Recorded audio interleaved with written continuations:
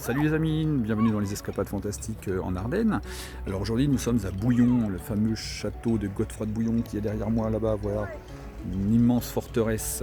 Alors aujourd'hui j'ai rendez-vous avec Jean-Luc de Vivier-de-Fortan qui est un auteur très prolifique en Belgique. Il a travaillé beaucoup sur les légendes ardennaises, sur les Quatre Fils Aymon, dont il est vraiment l'une des personnes qui a le plus écrit sur cette histoire. Et il va nous parler de son dernier roman, de son dernier livre, qui est une sorte de recueil de nouvelles qui s'appelle Sylvaine. Et c'est parti.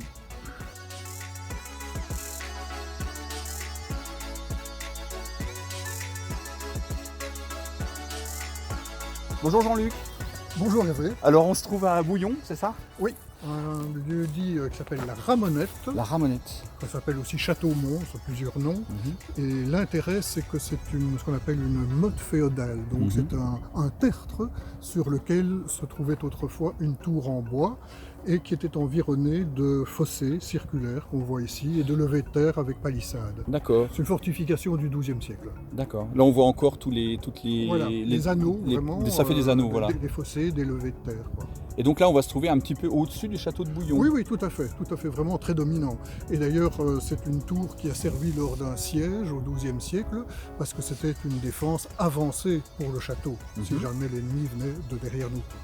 Donc tu peux nous dire vraiment de manière très succincte, château de Bouillon, qui est croisade, c'est ça? Château de Godefroy de Bouillon? Oui, mais pas celui qu'on voit aujourd'hui. Voilà. Non, celui qu'on voit aujourd'hui, c'est Vauban. C'est Vauban, voilà. Même s'il a une allure de vieux château moyenâgeux, malheureusement, le donjon de Godefroy, il a disparu. Et c'est pire que ça, même puisque le rocher sur lequel il se trouvait a été entièrement rasé.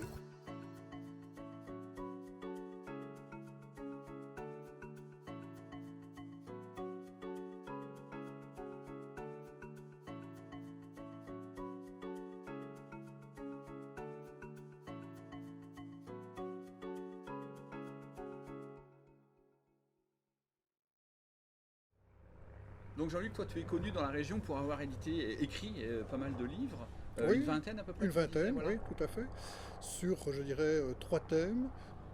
Le brame du cerf, qui m'a quand même valu quand même plusieurs éditions, des rééditions, un prix littéraire, etc. Et puis l'Ardenne, avec ses légendes surtout. Et en troisième lieu, la Sylvaine, qui est un personnage que j'ai créé il y a déjà quelques années, qui est en fait une sauvageonne de forêt. D'accord, ça c'est intéressant, on va en parler tout à l'heure, justement parce que le thème de la femme et la forêt est très, très lié en fait. Tout à fait, Il y a beaucoup de personnages féminins dans l'Ardenne. Oui. Et donc tu es aussi connu pour être un passionné des Quatre Fils Aymon, tu as écrit pas mal de bouquins. Oui, bien sûr, parce qu'à partir du moment où je me suis intéressé aux légendes, forcément, voilà, je suis tombé, vraiment, j'ai plongé dans l'histoire des Quatre Fils Aymon.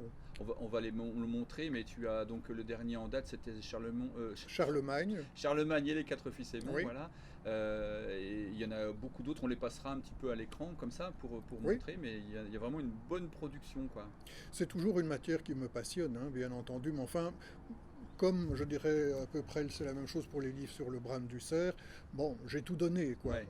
Donc je ne pense pas que je rééditerai des choses sur ce sujet. Le thème a été bien. Oui, vraiment. Oui. Moi j'ai été vraiment jusqu'où je pouvais aller, voilà. quoi.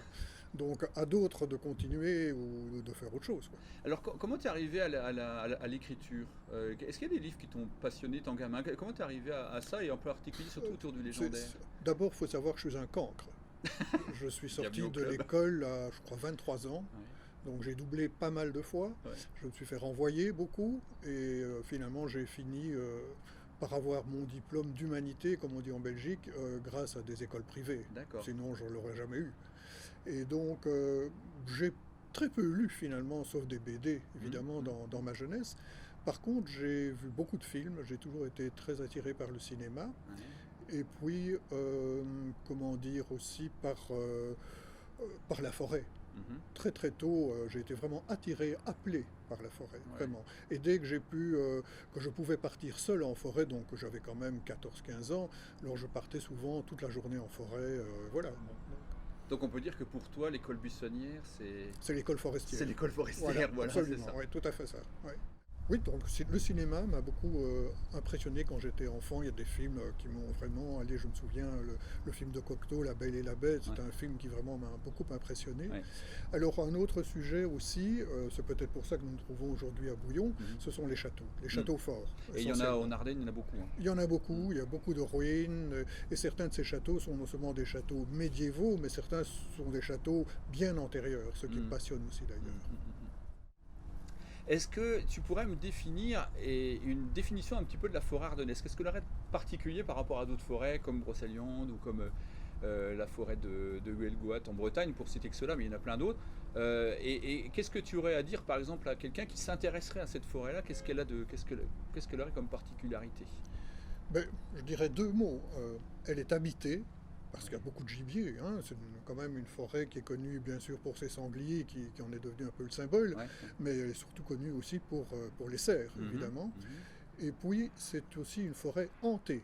Donc elle est habitée et hantée. Donc hantée par les nutons qui sont les nains comme ceux de Blanche-Neige en fait. Et puis alors les fées bien entendu, et puis des tas d'autres personnages merveilleux et fantastiques. Puis peut-être tous ces personnages qui sont peut-être plus réels pour le coup, parce que c'est vrai que c'est une terre qui a été marquée par les guerres. Par des guerres, la première et la deuxième, certainement. Et bien d'autres, parce qu'en fait, il ne faut pas oublier qu'ici en Ardennes, la Belgique se trouve vraiment comme un triangle, un coin entre la Germanie, la Francie, et donc depuis toujours, c'était vraiment le lieu de rencontre pour les batailles. Sauf finalement l'époque napoléonienne, parce que comme le paysage, on le voit, est extrêmement fermé, et bon, c'était pas l'idéal pour déployer de grandes armées. Elle a je dirais presque un petit côté féminin, cette forêt-là, d'après toi ou pas? Oui, tout à fait. Moi, je la ressens à la fois comme une femme, comme une mère, comme une amante. Protectrice. Protectrice, oui, tout à fait. Elle a ce côté féminin, elle a ce côté protecteur et inspirant aussi. C'est quand même un endroit qui m'inspire beaucoup. Mais en fait... Bon, si je suis un homme de forêt, j'aime aussi la campagne. En fait, j'aime tous les endroits où se trouve une belle nature.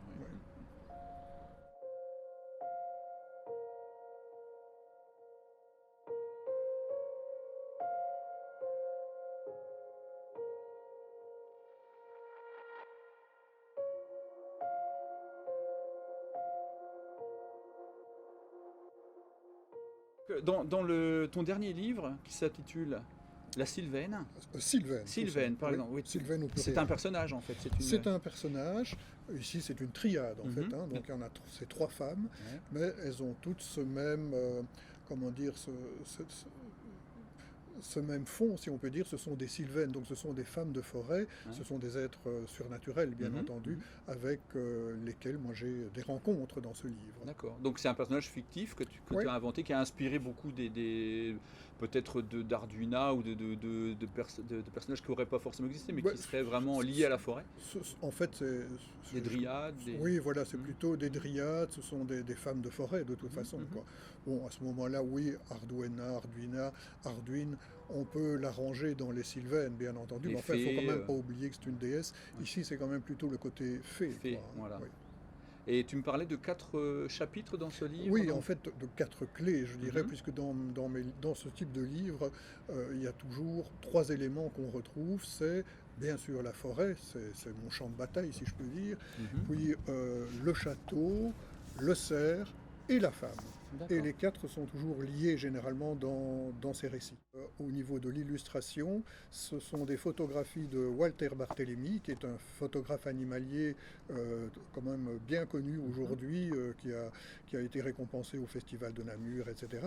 Et puis alors dessus aussi on retrouve les jolies sylvaines de Jean-Claude. Voilà. Oui, on sait combien il les dessine très bien. Oh, magnifique, magnifique, oui. Et puis là encore, tu m'as amené un petit livre aussi qui est très connu, parce que c'est vraiment l'un des incontournables si on s'intéresse à l'Ardenne fantastique. Oui, c'est déjà en fait la 3e édition, même si pas la 4e, je crois, oui, la 4e d'un livre que j'avais écrit déjà depuis longtemps, mais qui chaque fois est renouvelé, complété, dont l'iconographie peut changer aussi, et qui est vraiment le livre sur la forêt légendaire. D'accord, tout y est vraiment classifié. Oui, vraiment. On peut citer les éditions Riche, bien sûr, voilà, qui est mon éditeur, voilà, oui, absolument. Qui te suit depuis très longtemps. je dois dire pour ça quand même que l'Ardenne, en tout cas chez nous, l'Ardenne belge, a une grande chance d'avoir les éditions Weyrich, parce que sinon, je ne sais pas, au niveau de l'édition, ce qu'on ferait, c'est quand même pas toujours évident.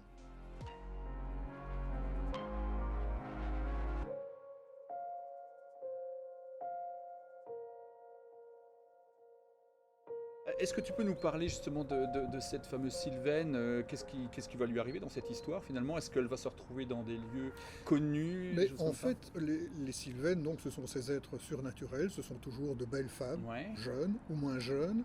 Et dans ces histoires, en fait, ici, il y en a 3. C'est plusieurs petites histoires, hein, c'est ça? C'est trois nouvelles, en fait. Ouais, c'est 3 nouvelles. Ouais, okay. Et dans ces 3 nouvelles, chaque fois, il y a un moment, je dirais, une sorte de point fort, si on veut, c'est le contact, la liaison avec la Sylvaine.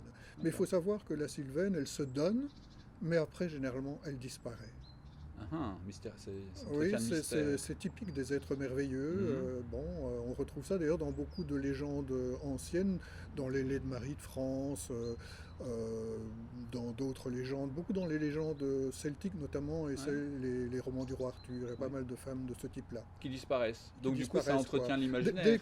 Oui, c'est ça. Dès qu'il y a eu la relation, après ça, elles s'évanouissent. Donc, et dans une des nouvelles, ça va un peu plus loin parce qu'en fait, je dirais que ces trois femmes, c'est aussi des incarnations de la forêt. Et elles sont envoyées, je dirais, elles sont en mission quelque part. Ouais. Et dans ces missions, une de ces Sylvaines, elle va tellement apprécier sa relation qu'elle va être très triste de devoir retourner dans l'autre monde, d'où elle vient. Et donc, ce qui fait que la fin est un petit peu différente des autres. Enfin, c'est quand même toujours à peu près le même canevas. Ouais. Les personnages changent, les lieux changent, mais le fond de l'histoire, c'est toujours le même. Oui, oui, toujours. Alors, dans des histoires, on retrouve évidemment la forêt, ça va de soi, mais aussi les serres, des châteaux, ou si pas des châteaux, des endroits, on pourrait prendre comme celui-ci, qui ont de l'âme, qui ont de l'être, oui, des lieux qui sont assez emblématiques. Voilà, ça peut être un chalet de chasse perché dans les rochers, ça peut être une vieille chapelle près d'un marécage, ou des choses comme ça, quoi. Toi, tu aimes bien ce petit côté un petit peu sauvage quand même. Ah, tout à fait. Je suis sauvage. Voilà, et c'est ce que disait, il y a un ami qu'on connaît en commun qui s'appelle Franck Delatour, il dit que l'Ardenne, c'est carrément une véritable sauvagerie. Et j'aime bien ce terme sauvagerie. C'est vrai que comparé à d'autres régions, je pense surtout ici en Belgique, si on va dans l'ASB par exemple, c'est une région qui est complètement cultivée, il y a presque plus de haies, et les quelques bois qui existent sont généralement des propriétés de châteaux, et sont des propriétés privées dans lesquelles on ne peut pas aller. Donc évidemment, si on met à côté de ça l'Ardenne, c'est un autre monde, c'est évident, c'est un monde de sauvagerie. Oui, complètement. Et d'isolement aussi, hein, c'est important. Alors c'est vrai que ça résonne beaucoup par rapport à l'actualité, tout ça actuellement. C'est vrai que la forêt est quand même assez maltraitée quand même. On voit en ce moment avec l'Amazonie, c'est vrai qu'il y a quelque chose qui est un petit peu déroutant parce qu'on a besoin de cette forêt, mais on a l'impression que ça... Oui, ce qui m'agace un petit peu, c'est qu'on parle toujours, comme dans beaucoup de documentaires animaliers, en fait, c'est l'Afrique, c'est l'Asie, c'est l'Amérique du Sud, etc. Mais je trouve qu'on ne parle pas assez de chez nous. De chez nous, oui. Et en ce qui concerne la forêt ardennaise, pour moi, elle ne va pas spécialement bien. Je reviens d'une promenade. Si je devais compter les oiseaux que j'ai entendus... il n'y en a pas beaucoup. Oh là là, c'est vraiment pas fameux. Ouais. Les animaux, et surtout les insectes, libellules, papillons, c'est la catastrophe. Là, vraiment. Quoi. Et je vois quand même le changement en 3-4 ans. Hein. 3-4 ans. Parce que, par exemple, pendant le brame du cerf, moi, je passe pratiquement 3 semaines en forêt, tous les jours, pratiquement matin, après-midi, nuit et soirée aussi. Et donc, je peux me rendre compte quand je suis à l'affût, quand je suis au pied d'un arbre, quand j'attends, je vois des tas d'autres choses, évidemment, que des cerfs, ce qui me plaît beaucoup, évidemment. Et c'est là que je constate que je ne vois plus rien d'autre. Donc c'est catastrophique. Quoi. Il y a vraiment un gros changement qui s'accélère, en fait. Vraiment. À tous les niveaux. Maintenant, en ce qui concerne les grands animaux, le grand gibier, bon, là, je dirais que là, on peut être encore tranquille, parce que c'est bien simple. Avec les chasseurs, normalement, il y aura toujours des cerfs et des sangliers, parce que s'il y en a plus, ils en remettront. Oui, et puis ça sera un petit peu leur... ça sera un petit petit peu scier la branche sur laquelle ils sont. Voilà, c'est ça. Mais les petits animaux, là, c'est une catastrophe. Ouais. Les hérissons, les écureuils, c'est devenu pour moi un animal rare. Hein. À la limite, il y en a plus dans les jardins des villes que dans la forêt. Oui, on assiste à un phénomène où les animaux commencent à migrer vers les villes plutôt que... Notamment pour la nourriture, voilà. par exemple.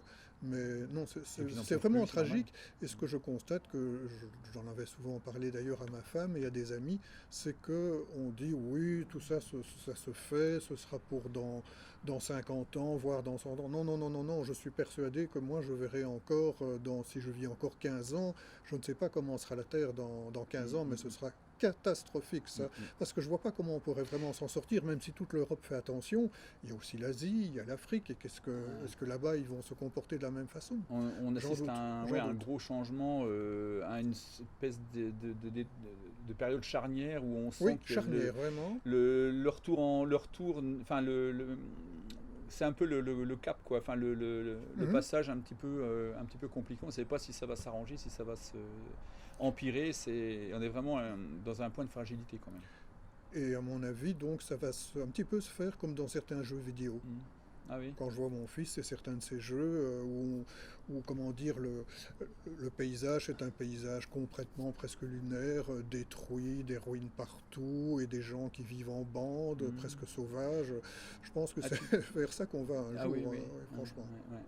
C'est-à-dire un petit peu à la loi celui qui survivra peut-être le plus. Oui, je pense que oui, à un moment donné, ça serait là pour plus longtemps, là je verrai plus ça. Oui, mais, plus sur de long terme, mais on va vers ça. Je pense que les catastrophes naturelles et tout ça, j'en connaîtrai encore, c'est sûr. Donc finalement, les gens, s'il se passait quelque chose vraiment d'un peu compliqué à l'échelle humaine, ce serait peut-être plutôt les gens qui seraient proches des forêts, qui s'en sortiraient peut-être le mieux, parce qu'en ville, ça risque de faire quand même un peu des dégâts.